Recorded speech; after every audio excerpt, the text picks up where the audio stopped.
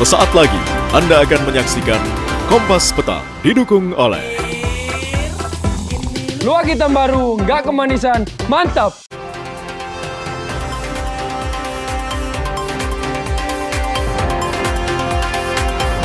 Hizbullah mengklaim telah melancarkan serangan rudal ke kapal perang Israel di lepas pantai Lebanon.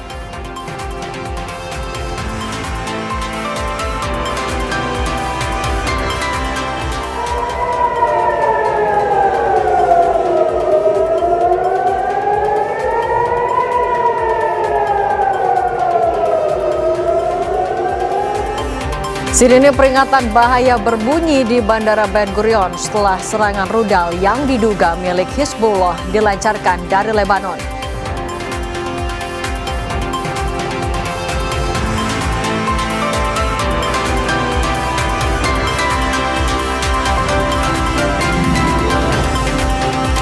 Presiden ke-7 RI Joko Widodo merespons usul dari Yusuf Kala yang menyarankan agar Jokowi memperlihatkan ijazahnya untuk menyudahi polemik perkara ijazah.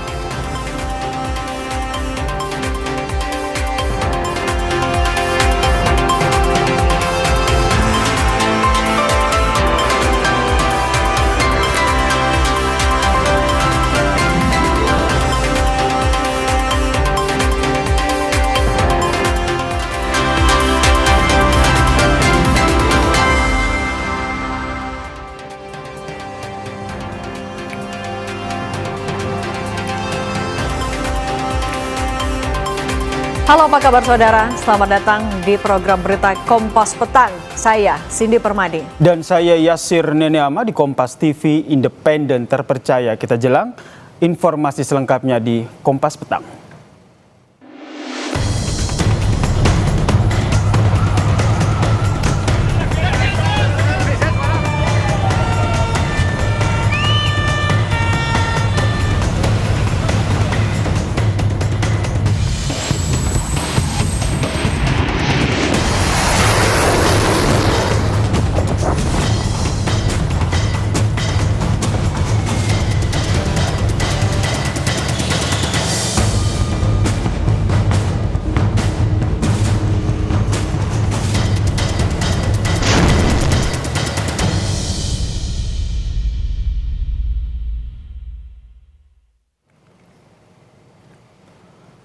Saudara, di tengah serangan udara Israel yang meluas di seluruh Lebanon, Hizbullah mengklaim telah melancarkan serangan rudal ke kapal perang Israel di lepas pantai Lebanon.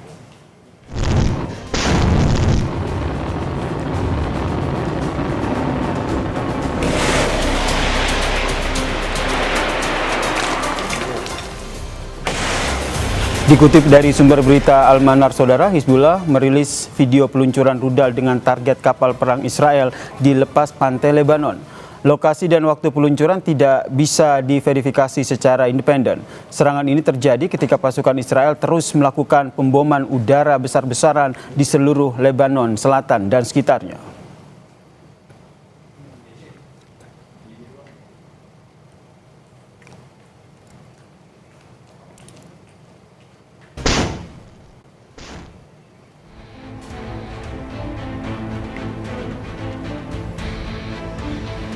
Video lain yang juga dirilis Hizbullah melalui media Al-Manar menunjukkan sejumlah pasukannya sedang menyiapkan rudal berjenis rudal jelajah.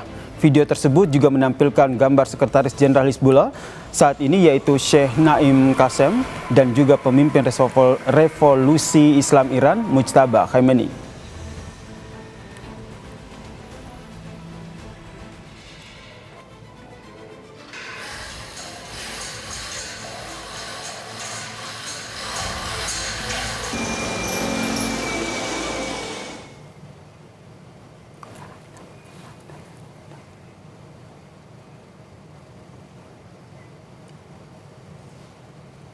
Sementara itu, saudara, sistem pertahanan udara Israel berupaya mencegat serangan rudal yang diluncurkan dari Lebanon yang menargetkan wilayah tengah Israel, termasuk area sekitar Tel Aviv.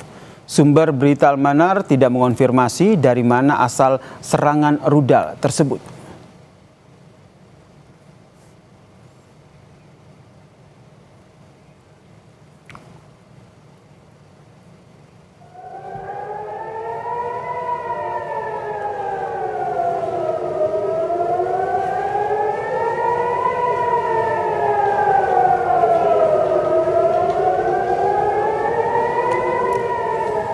Sirene peringatan bahaya berbunyi saudara di Bandara Ben Gurion, Israel saat ada serangan rudal dari Lebanon. Tampak bandara dalam kondisi sepi. Laporan media menyebutkan jadwal penerbangan di bandara ini sempat terganggu. Penumpang dan staf bandara diarahkan ke ruang perlindungan.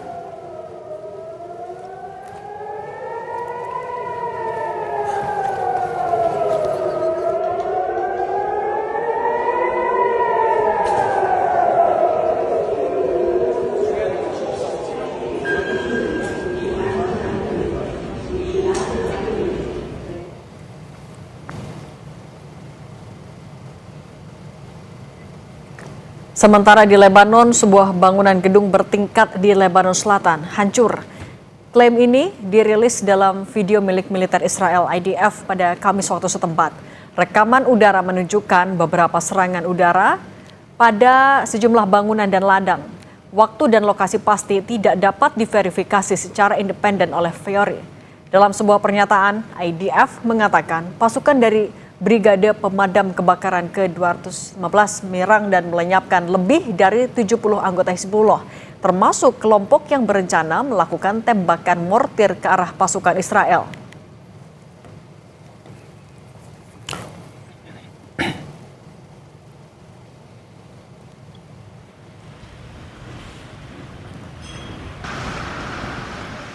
Bangunan hancur dan kendaraan hangus setelah serangan udara Israel di Beirut, Lebanon. Puluhan orang dilaporkan tewas dan ratusan orang terluka akibat serangan udara ini.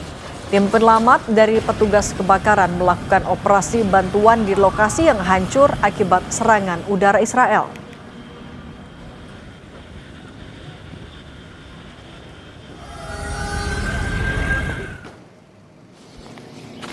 Jembatan di Kasmiyeh, Lebanon Selatan rusak akibat serangan udara Israel pada Rabu malam waktu setempat. Jembatan ini merupakan jembatan terakhir yang menghubungkan Litani Selatan ke daerah lain. Tentara Lebanon mengeluarkan pernyataan pada hari Rabu. Yang menyatakan dalam konteks serangan Israel yang sedang berlangsung di Lebanon, tentara mengevakuasi jembatan Kasmiyeh Tyre setelah menerima ancaman Israel yang menargetkannya. Sebelumnya, IDF juga mengumumkan menargetkan jembatan di Kasmiyeh.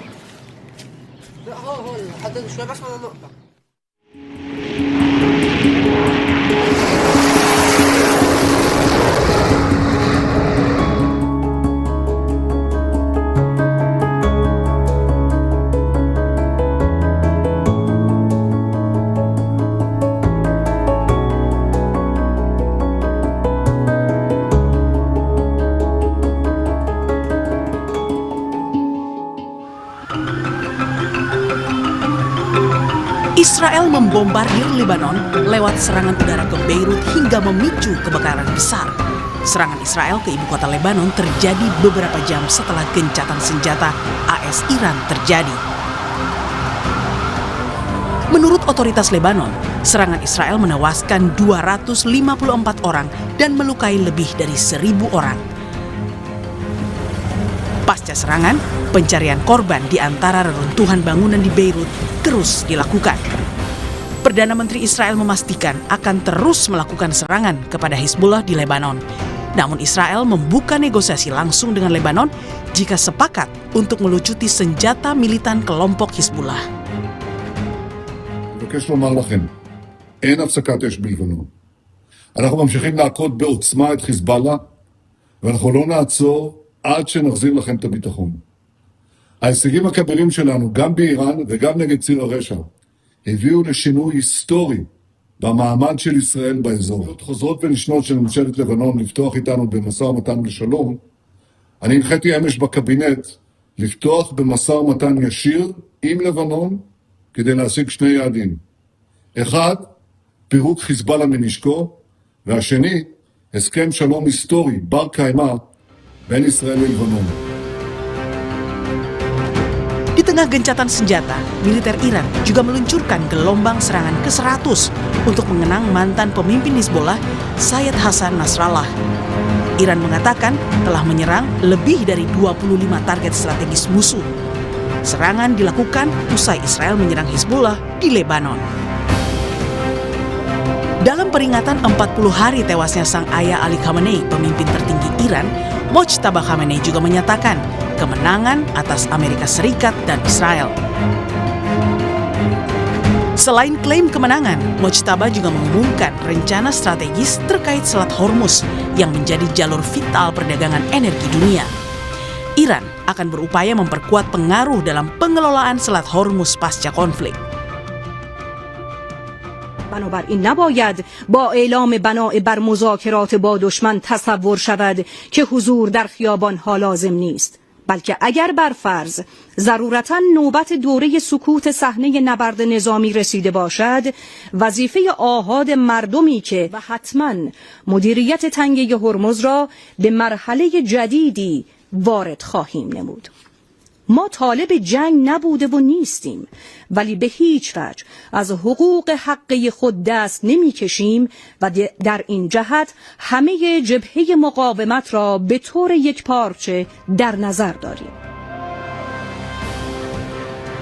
Iran menerima gencatan senjata dengan Amerika Serikat selama 2 pekan. Iran mengklaim keputusan menerima gencatan senjata bukan tanda kelemahan, tetapi mengonsolidasikan kemenangan. Sementara AS juga mengklaim sebagai pemenang perang karena telah menghancurkan sejumlah infrastruktur milik militer Iran hingga energinya. Apapun klaim AS dan Iran soal gencatan senjata ini, dunia berharap mediasi Iran dan AS di Pakistan akan menghasilkan kesepakatan penghentian perang yang konkret dan berujung damai.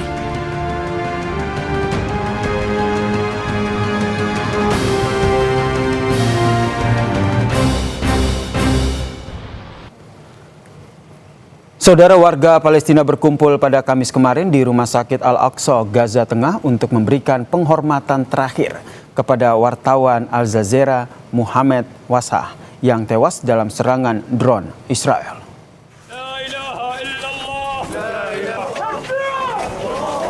Duka menyelimuti keluarga dan rekan wartawan Al Jazeera Muhammad Wassah yang tewas dalam serangan pada hari Rabu waktu setempat, saudara.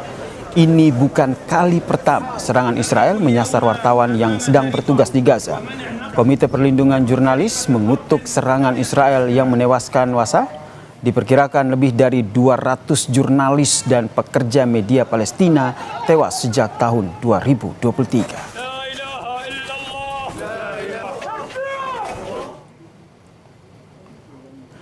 Militer Israel IDF mengakui serangan yang menewaskan wartawan Al Jazeera Muhammad Wassah pada Rabu lalu. Lewat akun resmi Telegramnya, IDF juga merilis video serangan drone yang menewaskan Muhammad Wassah. Dalam pernyataannya, IDF menuding korban adalah anggota Hamas yang menyamar menjadi wartawan.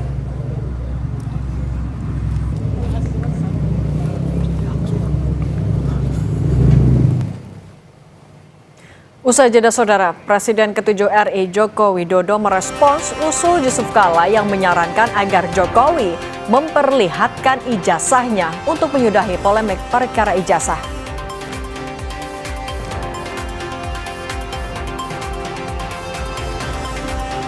Pengajuan restoratif justice tersangka kasus tudingan ijazah palsu Rismon Sianipar kini masih dalam proses di Polda Metro Jaya.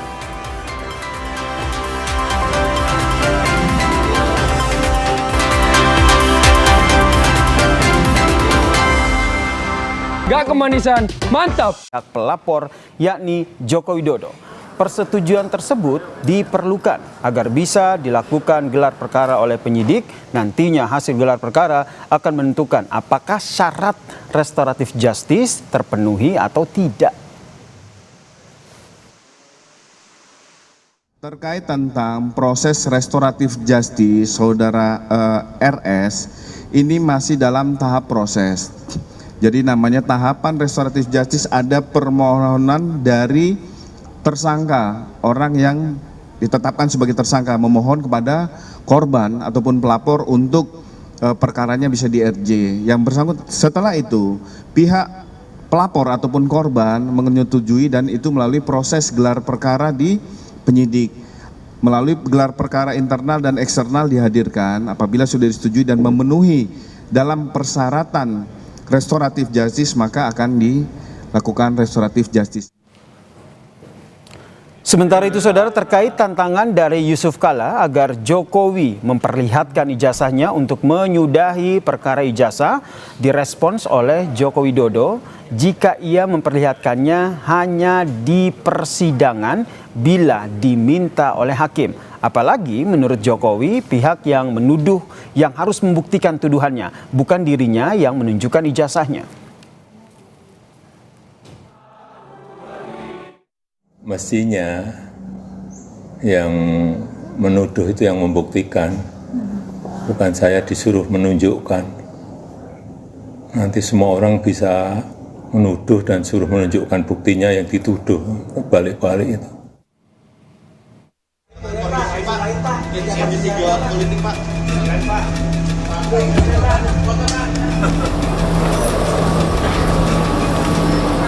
Saudara Joko Widodo 30 April 2025 yang lalu yang memulai perkara ini, yang memulai perang ini, sebagaimana Amerika yang memulai perang terhadap Iran.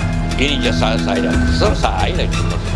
Dan pasti Pak Jokowi tidak menginginkan sebagai mantan presiden dan tidak menginginkan masyarakat ini pecah belahkan.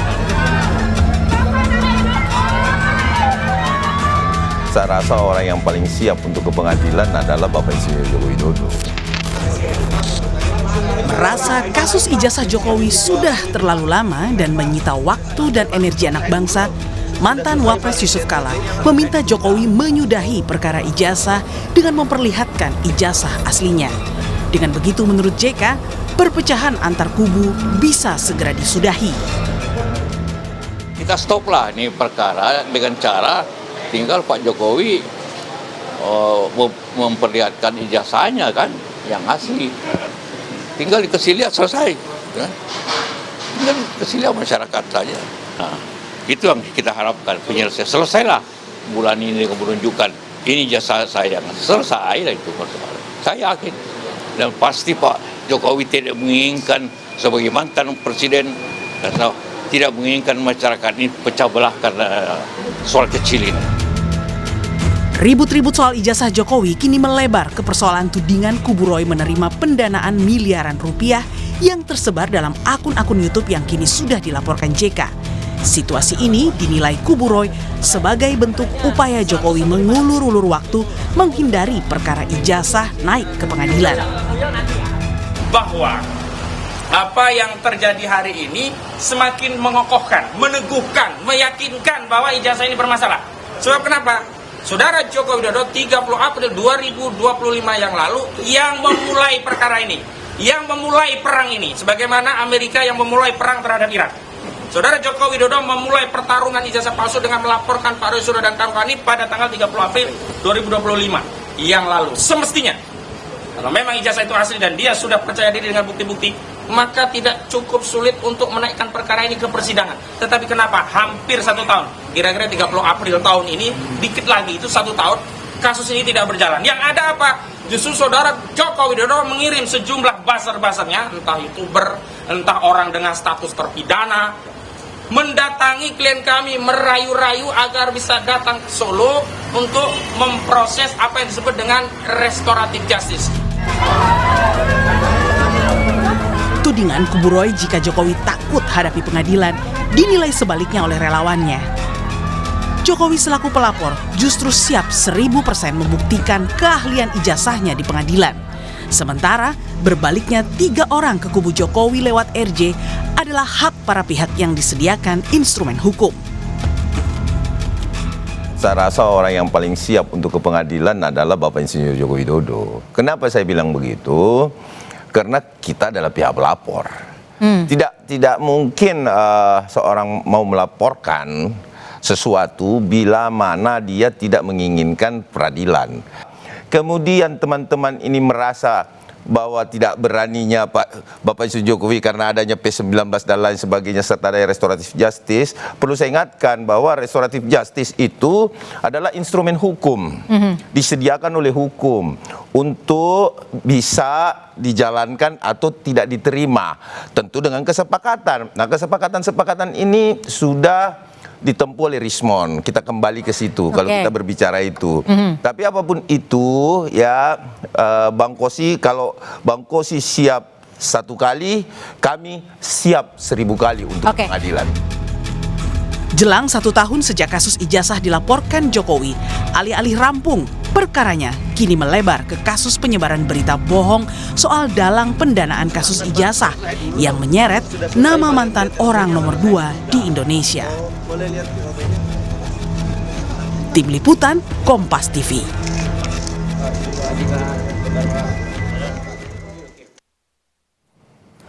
Saudara, melebarnya kasus ijazah Jokowi sudah menyeret nama Yusuf Kala hingga muncul saran dari JK agar Jokowi perlihatkan saja ijazahnya untuk menyudahi perkara yang sudah hampir setahun nih bergulir. Pertanyaannya nih saudara, akankah saran JK ini diikuti oleh Jokowi?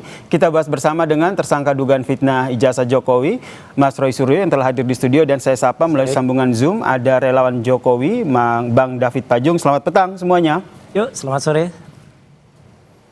Bang David, suara saya jelas? Selamat petang semua, Pak Roy.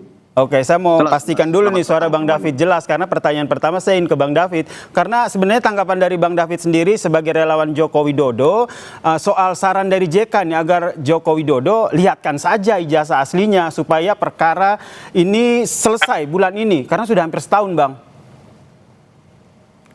Iya, saya pikir begini, Pak JK sebagai mantan wapres ini harusnya lebih bijak ya, bijak dalam arti sebenarnya kan Pak JK merespon dari apa yang dituduhkan oleh Rismon ya, sebagai salah satu tersangka yang sudah meminta maaf.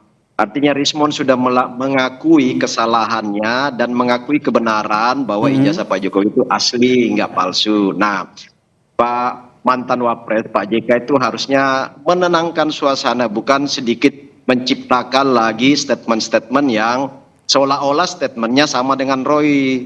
Tunjukkan aja loh. Itu harus dibalik. Siapa yang mendalilkan, dia yang harus membuktikan dan menunjukkan. Nah, dalam hal ini harusnya statement Pak JK itu ditujukan ke Roy CS bahwa silakan buktikan kalau memang itu palsu. Nah, sekarang ijazah Pak Jokowi itu kan sudah ada di penyidik Polda Metro yang sudah diteruskan ke kejaksaan ya, disimpan sebagai barang bukti atau alat bukti nanti di dalam persidangan. Nah, posisi Pak Jokowi ini pasif aja menunggu pemanggilan sidang sebenarnya. Jadi meskipun dari Bang David, meskipun dari Pak JK sendiri, meskipun dari Pak JK sendiri bilang bahwa yakin loh ijazah Pak Jokowi ini asli, maka tunjukkan saja begitu.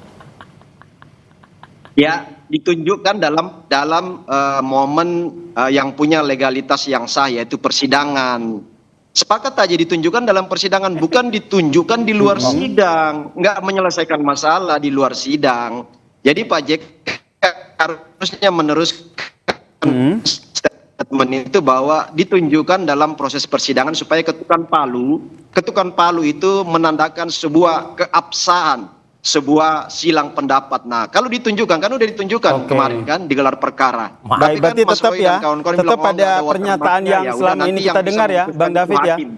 Tetap pada pernyataan selama ini kita dengar bahwa akan ditunjukkan, tapi di pengadilan. Saya ke Mas Roy. Mas Roy, tanggapannya, apalagi tadi JK juga sempat bilang bahwa tolong ditunjukkan saja karena yakin ijazahnya Pak Jokowi ini asli. Ya, kayak nggak kenal Pak Yusuf Kala saja. Ya, Pak Muhammad Yusuf Kala itu orang yang satset, orang yang ceplas-ceplos, orang yang bicara apa adanya. Dan statement Pak JK itu adalah ada satirnya. Persis kayak statement Mas Rustam kemarin mengatakan, saya mau RJ kalau 20 miliar. Itu satir. Pak JK ini satir sebenarnya. Coba. Kenapa demikian? Kenapa akhirnya menyimpulkan bahwa omongan tersebut adalah satir? Kita kan kenal semua Pak JK itu siapa. Dan kalau Pak JK ngomong A, ya udah itu A. Makanya ketika Pak JK berbicara, tunjukkan saja ijazah aslinya. Dan itu akan menunjukkan siapa yang negarawan, siapa yang tidak. Orang yang negarawan itu kayak Barack Obama, kayak Hakim MK, Pak Arsul Sani. Tunjukkan selesai. Dan sekali lagi saya memang percaya dan saya setuju Pak JK ini. Karena ada orang yang selalu bohong di depan publik. Nanti saya tunjukkan di pengadilan. Pengadilannya itu sudah sering. Sudah ada 7 bahkan 8 kali pengadilan di CLS Solo. Itu yang menunjukkan ijazah. Dan itulah buktinya ditunjukkan. Nggak pernah hadir ijazah aslinya Jokowi di situ. Ya, si pengacaranya bilang ijazahnya kita minta tidak bisa karena masih disita. Pengadilan itu forum tertinggi. Mau pengadilan CLS itu bentuknya perdata, mau pidana, sama forum. Mungkin nanti pengadilan yang tersangkanya Mas Roy baru. Nah, itu namanya jahat. Itu namanya curang dan itu namanya tidak benar. Ya. Namanya pengadilan tuh siapa? David Pajung nanti dulu ya. Dia kan nggak ngerti hukum dia. Oke, tahan ya, dulu, dan dia Bang. nggak punya legal Izin. standing dia. Ya, kita yang punya legal standing dalam hal ini. Apalagi urusan JK. Urusan JK itu nggak. Dan apalagi gini, Pak JK mengatakan bahwa dia kan keberatan dengan statement si omon-omon ini. Omon-omon ini diselidiki dulu. Saya setuju bahwa ini memang AI. Tapi yang namanya AI itu tetap ada pembuatnya kan. Pembuatnya bukan tuyul. Jadi dan pembuatnya kalau ditrace nanti juga ke mereka juga gitu loh. Makanya mereka kan juga keberatan dengan adanya Pak JK meneruskan laporan. Laporannya sudah masuk LP nomor 135/Bareskrim/2026 kemarin. Jadi menurut Mas Roy ini sebaiknya langsung ditunjukkan saja, tidak perlu menunggu proses persidangan saja, yang Mas Roy jadi tersangkanya begitu? Ya, tunjukkan saja, tidak perlu nunggu itu karena pengadilannya sudah jelas. CLS sudah ada dan juga sebentar lagi itu gugatan dari para purnawirawan juga sudah masuk juga dan itu sudah kemarin dibacakan si Jokowi juga nggak datang itu. Ngecut juga dia katanya mau datang di persidangan. Mana ada persidangan kok milih-milih. Persidangan tuh nggak boleh milih. Persidangan tuh levelnya sama. Gitu. Oke, tahan dulu ya Mas Roy. Saya mau ke Bang David. Bang David, pertanyaannya begini. Orang yang punya legal standing nih mau ngomong apa ini? Oke, bentar. Pertanyaannya begini. Kalau kita lihat kan saat ini kan Bareskrim menyatakan bahwa Pak JK bilang bahwa dia yakin ijazah Jokowi itu asli sehingga bola liar kasus ijazah ini ada di tangan Pak Jokowi yang untuk menyudahi perpecahan antar kubu. Apakah menurut Anda ini ada makna politiknya dari pernyataan ini? Ya katanya dia orang sospol ya. Coba ngerti nggak? Ya, jadi gini, pertama ya saya respon pertama dulu itu pernyataan Roy tadi bahwa sidang CLS itu tempat pembuktian. Anda nggak ngerti hukum, Anda orang sospol, Anda nggak ngerti hukum, nggak usah ngomong. Mas Roy nggak usah ngomong, nggak punya legal standing, nggak usah ngomong, nggak punya legal standing dan nggak ada hubungan dengan perkara ini. Udahlah ngapain? Bentar Mas Roy, tahan dulu ya, tahan dulu. Silakan dilanjutkan Bang David. Ya ini nggak ada gunanya dia dengerin. Jadi lembaga pemerintah itu lulusan yang mana dia? Di situ bukan Pak Jokowi pribadi. Lulusan mana, Fit? David, kamu lulusan mana? Mas Roy, tahan dulu ya, kasih kesempatan dulu ke Bang David. Ya kalau orang nggak punya ilmu ngomong percuma. Jadi pernyataan Pak JK itu tidak ada kaitan dengan soal siapa yang harus membuktikan. Forum pembuktian itu ada di persidangan.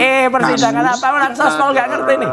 Roy Suryo. Lulusan apa ini? Mas Roy, tahan dulu ya. Kita nunggu saja. Kita nunggu P21, bisanya ngomong cuman itu. Pak Jokowi hadir, menunjukkan dan membuktikan bahwa ijazah itu ada yang sudah ada ditahan di kejaksaan sebagai bahan nanti dalam persidangan. Menunggu P21. Mas Roy jaga omongannya aja itu aja kayak radio rusak. Bang David, berarti Anda secara tidak langsung menyangkal apa yang tadi disampaikan oleh Mas Roy ya?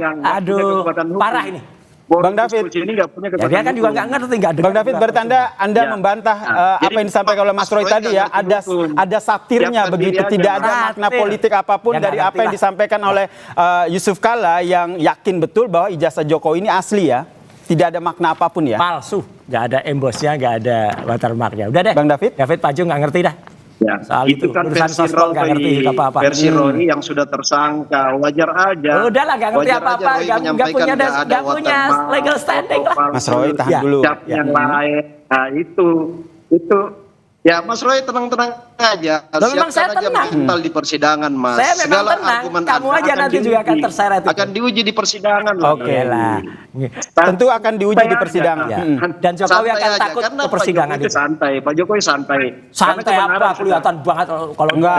Tapi kan kata Bang David tuh nggak ngerti apa-apa dia. Tapi kan tetap kan yang mewakili relawan Jokowi ini kan Bang David dan Bang David yakin betul bahwa relawan itu kecoa saja. Gak ada hubungannya. Jangan begitu. Jadi Rismon itu adalah salah satu saksi yang ada legal standingnya. Suryo salah dan Jokowi mana ada saksi pelaku. Sebentar Mas Roy, Bang David. Anda ditinggalkan Rismon karena Anda salah. Gitu loh. Anda ditinggalkan Rismon karena Anda salah. Dan Rismon sudah minta maaf karena mengakui kebenaran. Apalagi. Oke, Bang David, Mas Roy. Oke, saya ambil dulu. Mohon tenang dulu biar obrolan kita nggak kemana-mana, biar publik juga paham nih gimana nih hasil dari obrolan kita. Saya ke Mas Roy. Mas Roy tadi Anda sempat menyebut bahwa ini melebarnya kasus ijazah ini ke penyebaran hoax, soal Anda yang menerima uang miliaran di balik perkara ini gitu. Apakah memang ada hal yang membuktikan hal tersebut? Banyak ya. itu kan hoax ya, yang disampaikan oleh IA ini kan adalah hoax. Tapi kemudian hoax ini itu kemudian diglorifikasi, diamplifikasi oleh kelompok yang namanya Ceboker Nusantara pimpinan si Thoyib Fanani atau Agri Fanani ini. Banyak banget nih buktinya ya, Thoyib Fanani ini dan David Pajung ini meskipun dia nggak masuk kelompok itu, tapi dia berafiliasi dengan itu. Dan Thoyib Fanani ini isinya tuh kayak gini, isinya porno semua ini. Yang ada di nih, coba saya cek dulu, jangan sampai ini tidak lolos sensor. Enggak, sudah disensor. Sudah disensor. Ya, kalau nggak disensor parah nih. Nah, apalagi orang-orang kayak Pajung ini ya, nggak punya legal standing, secara ilmu dia juga nggak jelas lulusan apa, dia bukan lulusan hukum yang nggak ada kaitannya sama secara hukum juga tidak ada kaitannya dengan jangan kerana situ dong, kita fokus ke topik kita. Karena dia belokkan ke situ. Jadi topik kita adalah apa? Kita setuju pelaporan Pak JK dan kita adalah saya lulusannya banyak, S3 saya. Artinya apa? Tunjukkan saja ijazahnya, selesai. Nggak jelas. Oke, saya ke Mas Roy. Mas Roy, berarti menurut Anda ini merupakan upaya untuk menunda perkara persidangan ini agar maju ke tahap selanjutnya? Kalau saya sih setuju mau melanjut, mau kemudian diproses yang lain. Hormati setiap persidangan. Jokowi tidak hormati persidangan CLS di Solo, tidak hormati juga keputusan KIP. Apapun nggak dihormati. Dia hanya nunggu satu sidang yang nggak jelas itu. Yang ngapain aja? Udahlah. Jadi Pajung ini nggak ada legal standing yang ngomong aja. Jadi artinya kita hormati Pak JK, kita hormati semuanya, dan Jokowi tunjukkan kalau Anda itu apa namanya Satria. Jangan cuma ngomong aja, bisanya ngomong cuma nanti tunggu. Oke, ini biar tidak saling berebut begitu ya. Oke, saya ke Bang David. Bang David, ngomong apa dia? Oke, Bang David.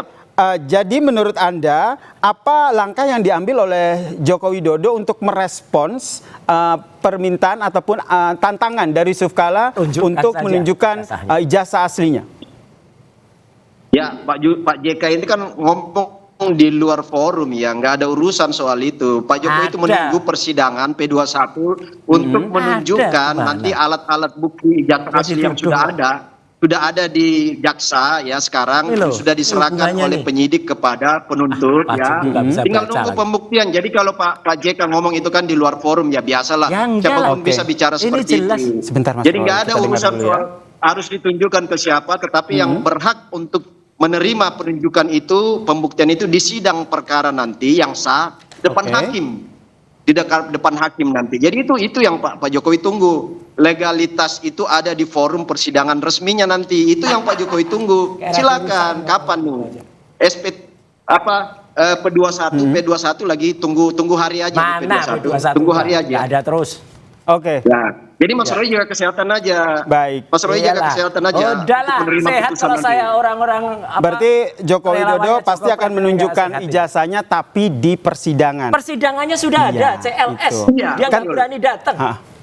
Itu bukan sidang pembuktian ijazah itu. Sidang pembuktian gimana tuh? Anda nggak ngerti hukum nggak usah ngomong lah. Dengan Anda nggak ngerti hukum nggak usah ngomong lah.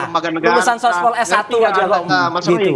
Mas Roy, ngerti nggak terminologi CLS itu? Sangat tahu. Saya jadi ahli di sidang itu. Sangat tahu saya jadi ahli di sidang itu gimana sih? Saya ambil dulu, Mas Roy. Bang David. Sekarang siapkan argumen untuk masuk persidangan Anda. Ini orang nggak ada hubungannya soal standing S1 sospol lagi. Bang David, di situ nanti pembuktian Mas Roy. Bang David, pertanyaannya begini, kasus ijazah ini kan sudah hampir setahun begitu kan, kemudian menyeret nama JK ini yang terbaru, sehingga kalau kita lihat sebenarnya bola liar kasus ijazah ini ada di tangan Jokowi, mau menyudahi atau tidak, tanggapan Anda? Kan ini selesai. Wah, itu pernyataan yang sangat salah dan sangat keliru. Yang benar adalah sekarang bolanya ada di penegak hukum ya. Ya, dengar dulu Mas Roy, bolanya ada di penegak hukum sekarang. Jadi Pak JK juga nggak usah terlalu membuat lagi pernyataan yang di luar forum. Jadi sekarang bolanya ada di penegak hukum. Pak Jokowi itu ikut semua aturan-aturan proses hukum secara baik dan benar. Ya, mati. Oke, mengikuti semua proses hukum dan akan ditunjukkan pada saat persidangan. CLS citizen lawsuit dia nggak ikuti, nggak berani datang, tunjukkan ijazahnya juga nggak ada. kuasa hukumnya yang mewakili mengatakan ijazahnya tidak bisa ditunjukkan. Gimana? Oke, baik, tahan. Rakyat dibohong semua ini sama Jokowi. Tahan dulu. Didengar Pak JK, LS itu bukan forum pembuktian. Sorry itu. Baik, berarti penegasan saya terakhir ke Bang David dulu. Berarti memang Pak Jokowi siap untuk menunjukkan ijazah aslinya di persidangan ya.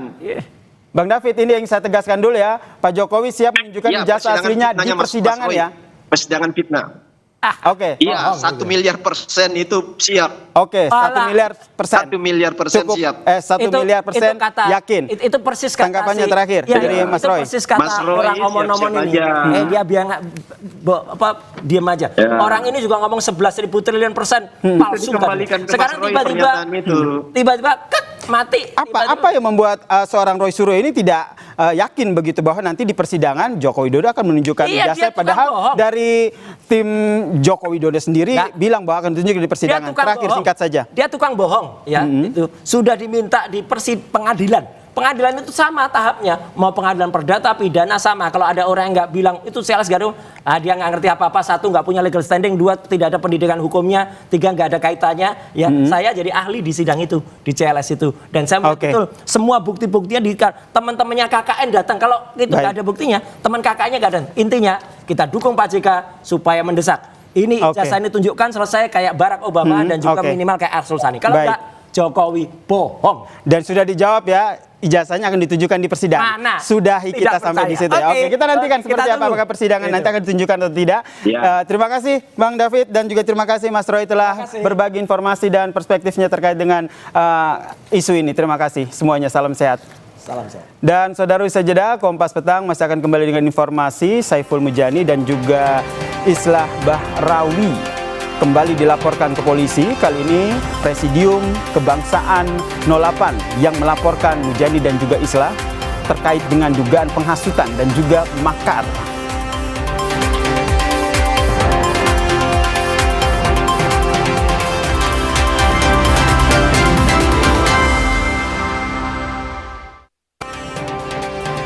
Terima kasih Anda masih menyaksikan Kompas Petang, saudara. Saiful Mujani dan Islah Bahrawi kembali dilaporkan ke polisi. Kali ini Presidium Kebangsaan 08 yang melaporkan Mujani dan juga Islah Bahrawi terkait dengan dugaan penghasutan dan juga makar. Presidium Kebangsaan 08 bersama dengan kuasa hukumnya mendatangi Barreskrim Polri untuk membuat laporan, saudara. Mereka melaporkan Saiful Mujani dan juga Islah Bahrawi terkait dugaan penghasutan menggulingkan pemerintahan Presiden Prabowo dan Wapres Gibran. Ketua Presidium Kebangsaan 08 Kurniawan menyebut membantah jika adanya narasi kriminalisasi kepada Saiful Mujani dan juga Islah Bahrawi.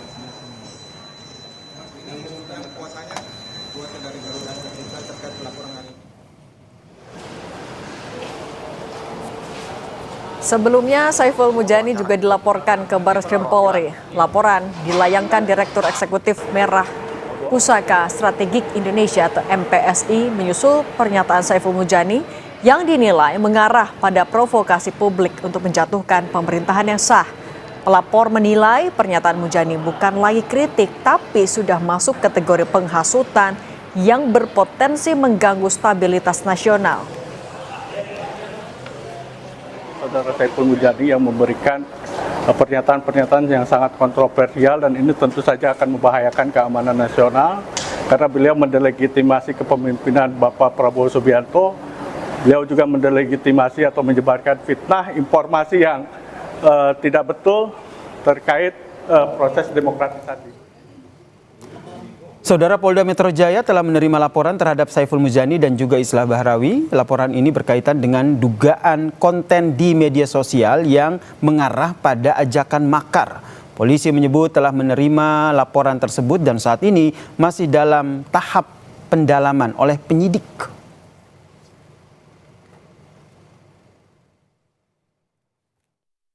Kami Polda Metro Jaya sudah menerima laporan dari 2 pelapor terkait tentang pasal 246 Undang-Undang Nomor 1 Tahun 2023. Kami dalam hal ini Polda Metro Jaya masih melakukan pendalaman karena laporan polisi tersebut diterima kemarin sekira tanggal 8 April 2026 sekira pukul 21.20. Direktur Eksekutif Jaringan Moderat Indonesia Islah Bahrawi menanggapi santai terkait dengan pelaporan dirinya atas dugaan penghasutan. Islah Bahrawi mengaku siap menjelaskan ke polisi jika dimintai klarifikasi. Meski begitu saudara, ia menyayangkan suara kritis berujung pada laporan ke polisi. Dan kenapa legitimasi itu menjadi penting? Bahwa saya bersuara kritis terhadap pemerintah dengan agak kencang seperti itu adalah bagian dari demokrasi. Dan orang yang melaporkan saya ke polisi itu juga bagian dari proses demokrasi. Tapi kalau kemudian suara-suara kritis ini disikapi dengan melaporkan ke polisi, berusaha menekan polisi, misalnya berusaha untuk meminta polisi untuk menangkap saya karena saya bersuara untuk suara-suara kritis seperti ini, ya pada akhirnya memang ini adalah pembungkaman yang melingkar atas nama hukum. Utusan khusus Presiden yang juga adik Presiden Prabowo Subianto, Hasyim Joyo Hadikusumo menyebut ada upaya dari kelompok tertentu untuk mengganggu stabilitas nasional melalui program prioritas pemerintah. Hasyim juga menekankan adanya pihak yang melakukan upaya menggulingkan Prabowo secara inkonstitusional. Banyak program-program ini ada upaya dari kelompok-kelompok tertentu untuk menggoncang, untuk menggoyang, untuk mengganggu stabilitas nasional. Menjabat presiden 1,5 tahun, saya hitung 1 tahun 5 bulan. Belum 1 tahun, sudah ada yang mau gulingkan dia. Coba. Sudah ada mau kudeta dia, mau gantikan dia secara inkonstitusional, ya. Untuk mengetahui perkembangan penanganan laporan dugaan penghasutan yang dilakukan Saiful Mujani dan Islah Bahrawi, kita sapa jurnalis Kompas TV Zevanya Sitomeang dan juru kamera Septa Yoga di Bareskrim Polri Jakarta. Zevanya, jadi seperti apa tindak lanjut polisi pada laporan masuk terkait dugaan penghasutan yang dilakukan Saiful Mujani dan Islah Bahrawi?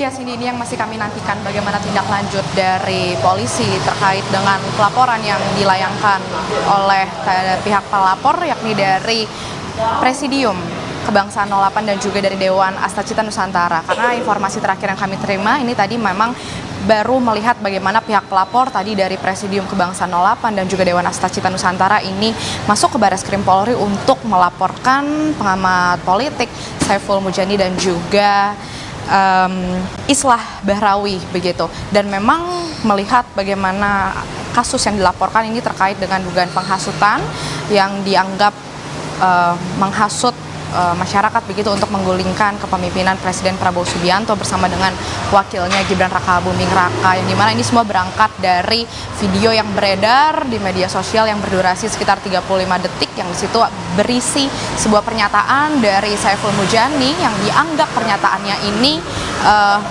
sebagai bentuk penghasutan begitu untuk menjatuhkan kepemimpinan Presiden Prabowo. Sementara kalau dari melihat bagaimana dari pihak Saiful Mujani justru ini menganggap ini sebuah kritikan. Tapi kalau melihat bagaimana pernyataan dari pihak pelapor tadi justru merasa ini bukan bentuk kritikan tapi lebih mengarah kepada penghasutan. Sehingga memang dari pasal-pasal yang juga menjadi dasar dilayangkannya laporan ini dikaitkan dengan pasal-pasal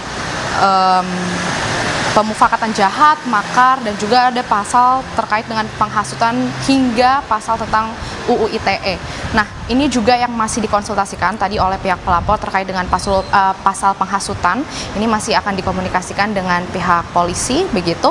Dan juga tadi memang ketika hendak melayangkan laporan dari pihak pelapor juga membawa sejumlah barang bukti, Cindy, yakni seperti rekaman video pernyataan berisi isi kalimat dari Saiful Mujani, kemudian juga transkrip pernyataannya, lalu juga beberapa berita-berita yang beredar di media sosial ini juga dibawa sebagai bagian dari barang bukti.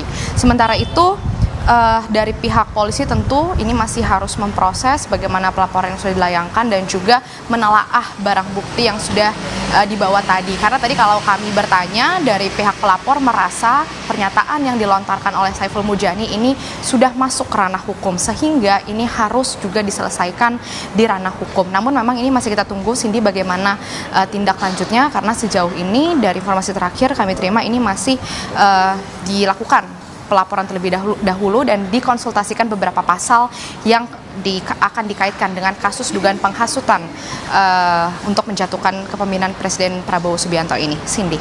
Jurnalis Kompas TV Zevanya Situmeang dan Septa Yoga, terima kasih atas laporan Anda. Usai jeda saudara, Kompas Petang akan hadir dengan informasi di tengah gencatan senjata Israel tetap tidak menghentikan serangan ke kelompok Hizbullah di Lebanon. Apakah serangan ini akan merusak perundingan?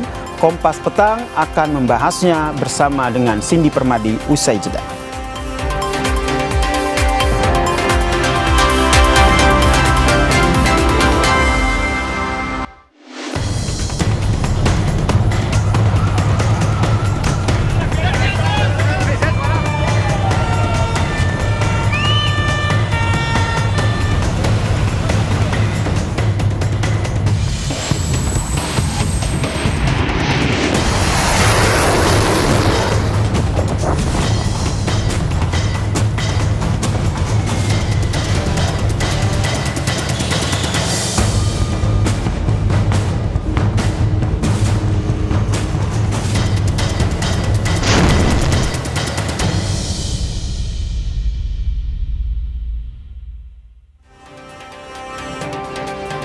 Saudara, di tengah serangan udara Israel yang meluas di seluruh Lebanon, Hizbullah mengklaim telah melancarkan serangan rudal ke kapal perang Israel di lepas pantai Lebanon.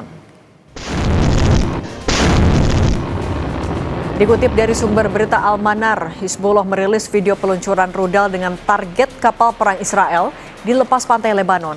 Lokasi dan waktu peluncuran tidak bisa diverifikasi secara independen.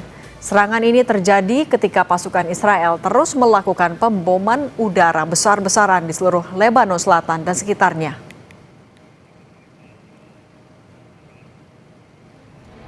Video lain yang juga dirilis Hizbullah melalui media Al-Manar juga menunjukkan sejumlah pasukannya sedang menyiapkan rudal berjenis rudal jelajah. Video itu menampilkan gambar Sekretaris Jenderal Hizbullah saat ini, yaitu Sheikh Naim Qassem, dan pemimpin revolusi Islam Mujtaba Khamenei.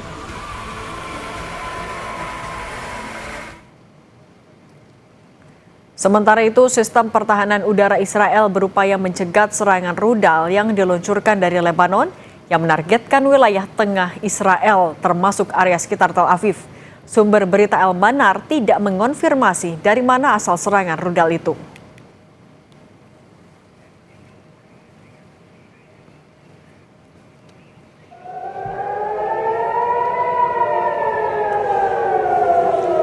Sirene peringatan bahaya berbunyi di Bandara Ben Gurion saat ada serangan rudal dari Lebanon. Tampak bandara dalam kondisi sepi. Laporan media menyebutkan jadwal penerbangan di Bandara Ben Gurion sempat terganggu. Penumpang dan staf bandara diarahkan ke ruang perlindungan.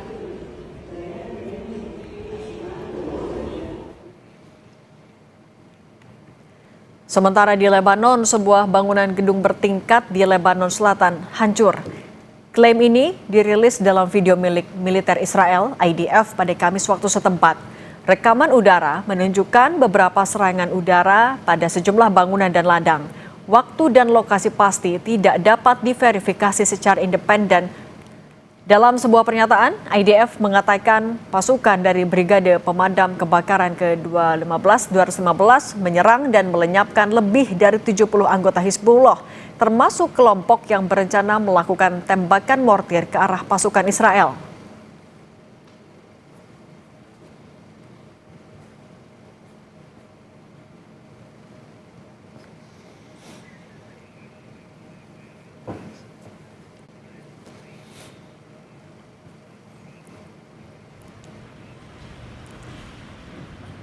Bangunan hancur dan kendaraan hangus setelah serangan udara Israel di Beirut, Lebanon.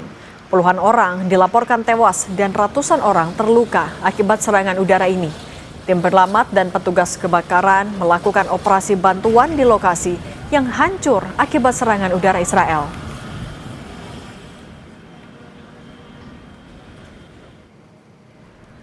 Ibu kota Pakistan, Islamabad sedang berada dalam status lockdown jelang persiapan menjadi tuan rumah perundingan perdamaian tingkat tinggi antara Amerika Serikat dan Iran yang dijadwalkan hari ini. Tampak sejumlah tentara berjaga di beberapa titik kota.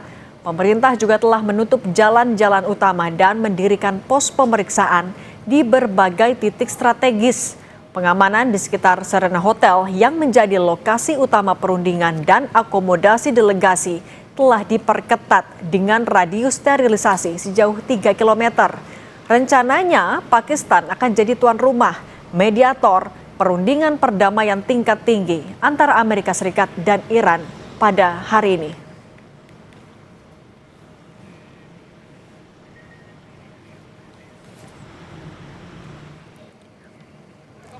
Di tengah gencatan senjata dan proses perundingan damai yang dilakukan Iran dan AS, Israel tetap tidak menghentikan serangan ke kelompok Hizbullah di Lebanon.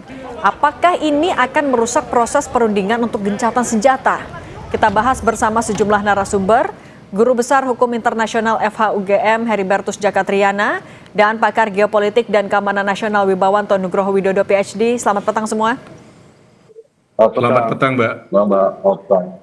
Prof. Jaka, banyak negara yang mengkhawatirkan kelanjutan gencatan senjata karena Israel tetap menyerang Hizbullah di Lebanon. Kalau menurut Anda, berarti nasib gencatan senjata ke depannya bakal kayak gimana?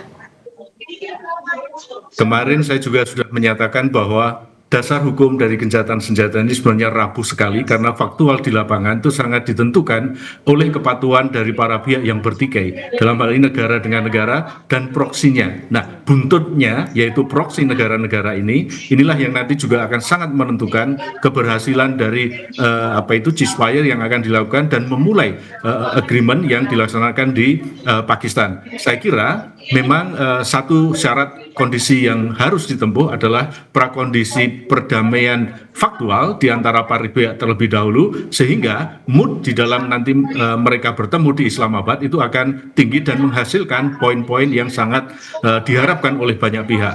Karena saat sekarang kerugian lalu korban dan juga hal-hal yang sifatnya destruktif itu sangat-sangat menjadi perhatian, dan saya kira sudah saatnya saat sekarang para pihak juga menekan proksi-proksi mereka untuk menahan diri terlebih dahulu. Amerika harus menekan Israel supaya menghentikan dulu, Iran sebaiknya menekan Hizbullah dan juga menghentikan suplai ataupun kaitan faktual terkait dengan perdamaian yang ada. Ini adalah syarat mutlak yang harus dipenuhi sebelum perundingan di Islamabad dilakukan. Kalau itu jadi syarat mutlak tapi kenyataannya masih ada serangan, menurut Anda Pak Wibawanto, Iran akan mau bernegosiasi tidak?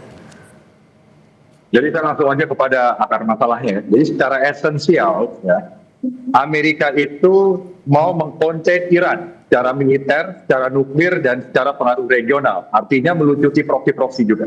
Yang kedua, Amerika mau memastikan bahwa Hormuz tetap di bawah kontrol global community, termasuk Amerika Serikat. Jika Iran mau mengontrol, Amerika juga harus ikut mengontrol. Yang ketiga, Amerika juga akan mencegah terbentuknya blok Rusia dan China di regional security complex Timur Tengah, dan ini harga mutlaknya tidak bisa ditawar.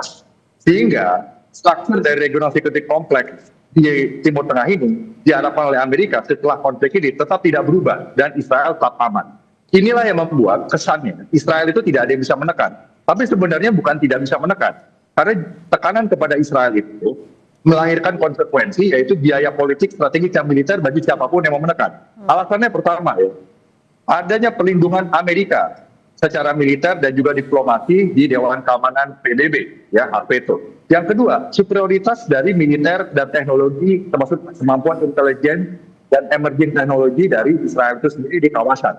Yang ketiga adalah lobby-lobby Israel yang masuk ke dalam politik domestik di negara-negara yang mendukung Israel, sehingga jika lobby-lobby tidak diakomodir, itu mengganggu kondisi domestik di negara-negara yang mempunyai pengaruh lobby kuat Israel. Yang berikutnya adalah ada fragmentasi terhadap Israel dari komunitas dunia. Negara Barat cenderung pro-Israel, tetapi Global South itu lebih kritis melihat ini. Dan Oleh karena itu, kalau ada pihak yang menekan Israel, ya itu pasti akan melahirkan konsekuensi respon dari Israel yang bisa melahirkan eskalasi konflik lebih jauh. Apalagi Israel itu selalu mengklaim right to self-defense, walaupun belum diterima secara universal. Nah ini tadi Prof sudah menyinggung bahwa hukum internasional itu seperti tidak berjalan. Kenapa? Karena berjalan dengan kepentingan strategis dari aktor-aktor besar, termasuk great powers, ya, yang sering posisinya berada di atas hukum internasional itu sendiri gitu. Ini manifestasi dari dunia multipolar yang sekarang itu fragmented karena adanya persaingan antara ruling power Amerika melawan rising power Rusia dan China. Jadi ini interaksi dua variabel itu. Jadi kalaupun ada tekanan perundingan kepada Iran, itu sifatnya Mbak hanya manajemen konflik dan tidak ada penyelesaian fundamental. Sehingga Iran pilihannya adalah ya mau terima itu atau perang sekaligus begitu. Dan ini bisa diselesaikan dengan eskalasi yang ditekan, ya. Sementara ini special operation oriented konflik atau eskalatif mengarah kepada perang dunia. Itu dari saya. Eskalasi lebih lanjut atau ya berakhir dengan negosiasi. Tapi kalau Prof Jaka, menurut Anda, ketika kesepakatan ini kan sedang digodok, kalau ada satu pihak yang melanggar perjanjian, ada sangsikah yang bisa dijatuhkan? Untuk saat sekarang karena masih dalam posisi saling melihat, saling memberikan, saya kira ini sangat mungkin terjadinya kegagalan. Kenapa? Karena biaya atau resikonya itu terlalu gede. Ya, ingat saat sekarang itu adalah faktual, yaitu pausing the button di dalam konflik ini. Jadi masing-masing pihak itu sangat tergantung dari perilaku mereka untuk menciptakan kondisi, yaitu confidence building untuk para pihak bisa duduk, bertemu dan mendiskusikan segala sesuatunya. Saya kira satu hal yang menarik untuk dapat kita lihat adalah bagaimana saat ini, sejauh ini, para negara-negara yang mau berunding, yaitu Amerika, Iran, yang ini ketemu di Pakistan, itu juga nanti kita bisa melihat apakah mereka mengikutkan proksi-proksi mereka sebagai satu bagian dalam rencana pertemuan mereka. Saya kira ini juga menjadi satu prasyarat confidence building. Tapi kalau melihat dari apa yang sudah terjadi akhir-akhir ini, Prof Jaka, tapi kalau melihat apa yang terjadi di akhir-akhir ini, apakah Anda meyakini kesepakatan itu akan bisa tercapai di Islamabad? Paling tidak, kesepakatan ini akan tercapai untuk tadi yang sifatnya adalah bukan yang eksistensial dan bukan mencapai peace agreement. Kenapa? Karena kepentingan-kepentingan ini kan sifatnya sangat-sangat dasar fundamental untuk mereka semuanya. Iran mempertaruhkan segala sesuatunya karena nationhood mereka. Amerika juga pasti nggak mau kalah pamor sebagai negara adidaya. Israel tentu dia akan mempertahankan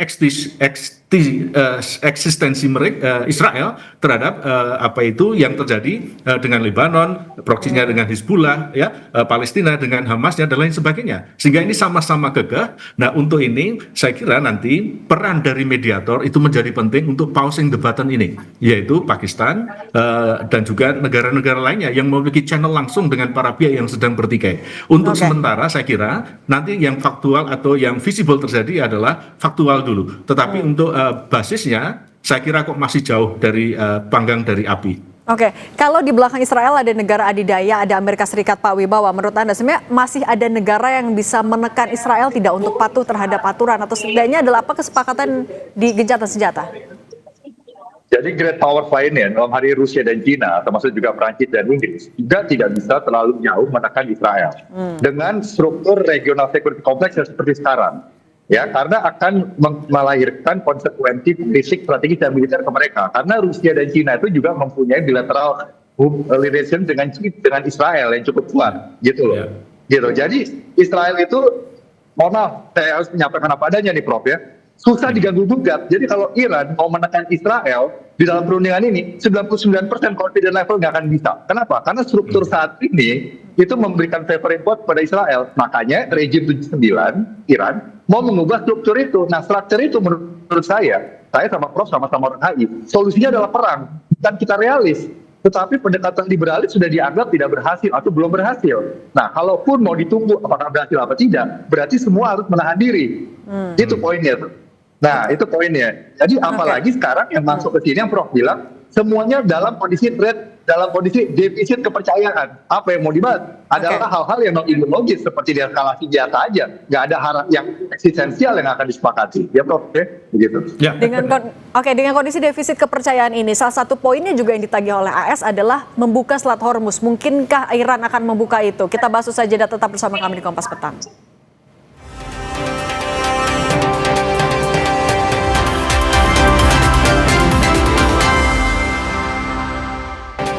Kita lanjutkan dialognya, Prof. Jaka. Tadi kalau Iran mengklaim sudah masuk ke fase baru, nah kalau salah satu yang dipersoalkan oleh AS juga adalah soal Selat Hormuz, adakah kemungkinan besar Iran akan membuka Selat Hormuz seperti sebelumnya? Saya kira salah satu tekanan yang paling utama itu adalah akses terhadap penggunaan Selat Hormuz yang menjadi urat nadi perekonomian dunia. Dan saya kira ini adalah satu yang berpengaruh besar terhadap kemampuan Amerika, kepentingan Amerika, khususnya kepentingan ekonomi untuk memastikan suplai energi dunia itu terpenuhi melalui pembukaan Selat Hormuz. Dan saya kira ini adalah tekanan besar kepada Amerika untuk sedikit ngerem Israel untuk bisa sedikit mengurangi intensitas penggunaan kekerasan bersenjatanya di Lebanon. Dan saya kira juga faktual ketika bapak yang berkuasa ini sedikit banyak punya masalah, saya kira tekanan terhadap anak-anak yang mengganggu anaknya ini saya kira juga akan sedikit berkurang. Sehingga saya kira baik prakondisi yang ada di Teluk misalnya di Selat untuk dapat menggunakan kesempatan pembukaan Selat Hormuz ini untuk menciptakan tata perekonomian dunia yang lebih kondusif, lebih visible, lebih bermanfaat sebagai satu bentuk tekanan kepada penjamin dari Israel ini siapa? Yaitu Amerika. Tapi Prof. Jaka, sebenarnya aturan internasional gimana? Apakah Iran memang bisa mengendalikan Selat Hormuz ketika itu menjadi jalur internasional?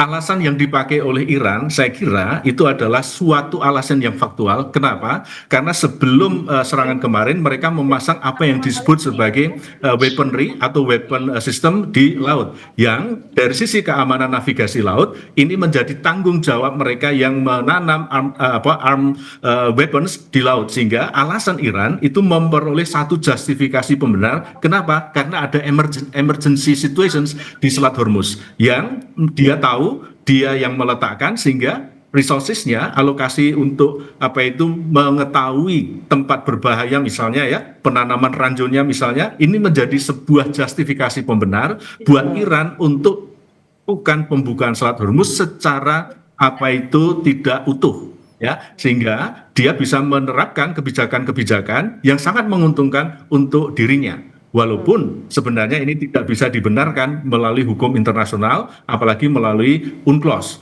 Nah, saat sekarang faktual situasinya itu adalah armed conflict. Nah, ketentuan hukum internasional umum itu dapat dikesampingkan, tetapi ini pun harus ada prinsip. Satu, non-diskriminasi, proporsional, yang berlaku buat semua pihak. Nyatanya Iran itu tidak menerapkan prinsip itu. Misalnya kapal Cina dia diberikan akses yang lebih, ini kan nggak baik juga gitu loh. Sehingga tekanan terhadap Iran pun tinggi dari sisi hukum internasional yang basisnya adalah profesionalisme, proporsionalisme, dan non-diskriminatif. Oke, ketika Selat Hormuz menjadi salah satu modal bagi Iran, daya tawar bagi Iran, Pak Wibowo, menurut Anda Amerika Serikat akan ngapain lagi nih dalam waktu dekat? Apakah itu akan menjadi bahasan yang lebih semakin panas juga dalam negosiasi nanti? Jadi kalau Amerika Serikat itu sebagai superpower, ya currency utamanya itu adalah freedom of navigation. Dari tahun 1776 Amerika merdeka, bahkan di abad 20, bahkan sejak revolusi Iran tahun 79, Amerika itu sudah berdarah-darah memperjuangkan yang namanya freedom of navigation. US Navy akan sedemikian rupa untuk menghadapi full spectrum di dalam domain maritim untuk menjamin freedom of navigation. Jadi pendekatan liberalis yang tadi Prof sampaikan akan dilakukan, tapi pendekatan realis kita juga harus antisipasi mereka akan lakukan. Nah, tadi Prof sudah menjelaskan, bagus penjelasannya. Iran mempunyai justifikasi ya karena mereka dalam keadaan terancam, ada serangan militer, sehingga mereka mempunyai wilayah teritorial laut teritorial di situ yang bisa mereka gunakan bahwa kapal yang lewat itu bisa saja bukan innocent passage gitu. Pembenarannya begitu. Nah, tapi tadi Prof sudah jelaskan juga, tapi kan ini ada destinasi ke Amerika kan. Nah, nanti dijawab lagi oleh Iran dengan perdebatan bahwa apa yang dilakukan oleh Amerika tetap membawa dimensi ketidakamanan bagi kepentingan Iran. Jadi ini akan menjadi debat yang tidak ada habisnya. Sehingga yang saya khawatirkan adalah penyelesaian yang realis. Nah, kalau penyelesaian realis yang terjadi, memang NATO tidak terlibat langsung, ya, belum setuju untuk approach-nya. Tetapi akan ada pertempuran laut yang tidak diharapkan, walaupun chance-nya itu lebih kecil. Tapi jika itu terjadi, itu akan sangat mengganggu perekonomian dunia karena akan mengganggu lalu lintas perdagangan maritim di Hormuz. Tetapi mungkin itu yang menyelesaikan.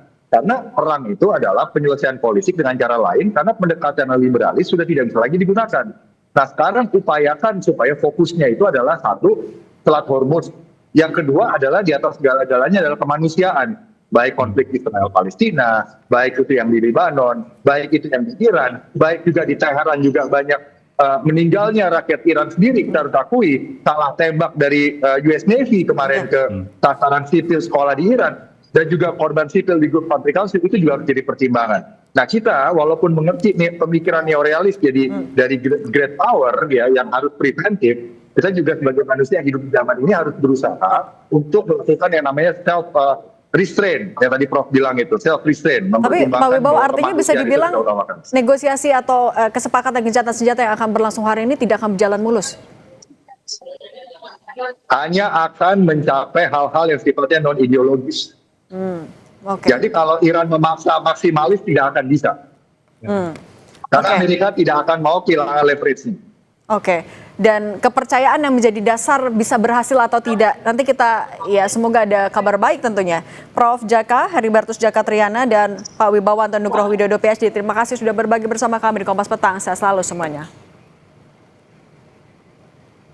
Kami akan kembali di informasi Kejaksaan Agung menyerahkan 11,4 triliun rupiah ke kas negara dari hasil denda administratif dan penyelamatan uang negara.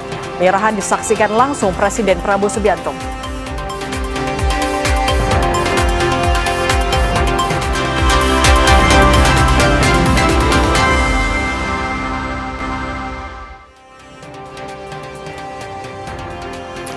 Terima kasih Anda masih menyaksikan Kompas Petang, Saudara. Paroki Aek Nabara meminta agar Bank BUMN yang tersangkut kasus penggelapan dana dapat membantu pihak gereja untuk memperoleh kembali uang nasabah sebesar 25 miliar rupiah. Karena dana tersebut untuk pembangunan gereja, kebutuhan kesehatan, dan pendidikan umat.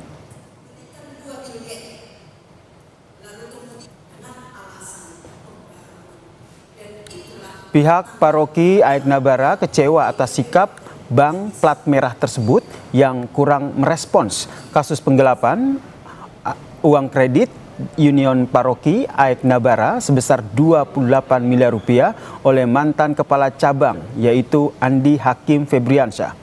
Uang yang dikumpulkan selama 40 tahun tersebut merupakan dana gereja dan juga dana dari umat. Bendahara gereja menyatakan selama ini pihak bank kurang kooperatif dalam menangani penggelapan yang dilakukan oleh pegawainya. Mereka pun menegaskan bank harus bertanggung jawab.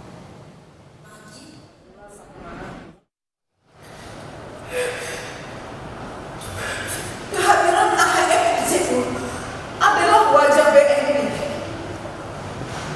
bukan AHF sebagai pribadi. Maaf, tidak. Saya tak pernah melihatnya sebagai pribadi. Dia datang dengan membawa nama BNI karena itulah kami percaya sekutunya. Karena itulah saya percaya membubuhkan tanda tangan. Tapi masih ada juga yang mengganjal hati saya belum terjawab. Bisa deposito berjalan tanpa ada saya. Kejaksaan Agung menyerahkan 11,4 triliun rupiah ke kas negara dari hasil denda administratif dan penyelamatan uang negara. Penyerahan disaksikan langsung Presiden Prabowo Subianto di Gedung Kejaksaan Agung RI. Jumlah penyerahan uang diantaranya terdiri dari hasil denda administratif di bidang kehutanan dan hasil penerimaan bukan pajak dari tindak penanganan korupsi. Satgas PKH juga menguasai kembali kawasan hutan dari sektor perkebunan dan pertambangan. Penyerahan hasil penyelamatan keuangan dan aset negara serta penagihan denda administratif tahun 2026 sebesar 11 triliun 420 miliar 104 juta 815.858 rupiah. Kalau tidak kita selamatkan, kalau tidak Satgas PKH bekerja dengan baik, uang ini hilang. Uang ini tidak bisa dimanfaatkan oleh warga negara, oleh rakyat kita. Usai jeda di Kompas Petang, Saudara, Hizbullah klaim telah melancarkan serangan rudal ke kapal perang Israel di lepas pantai Lebanon.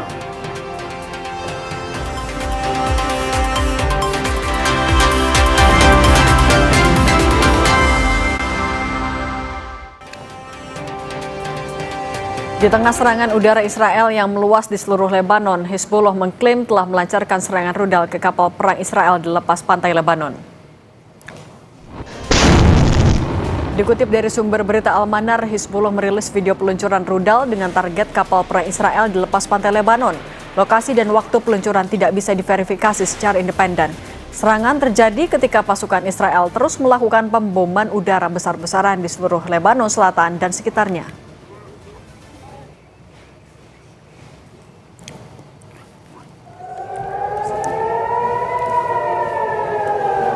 Sirine peringatan bahaya berbunyi di Bandara Ben Gurion saat ada serangan rudal dari Lebanon. Tampak bandara dalam kondisi sepi. Laporan media menyebutkan jadwal penerbangan di Bandara Ben Gurion sempat terganggu. Penumpang dan staf bandara diarahkan ke ruang perlindungan.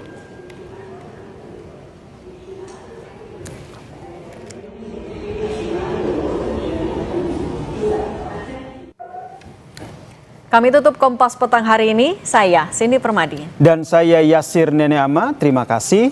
Sampai jumpa.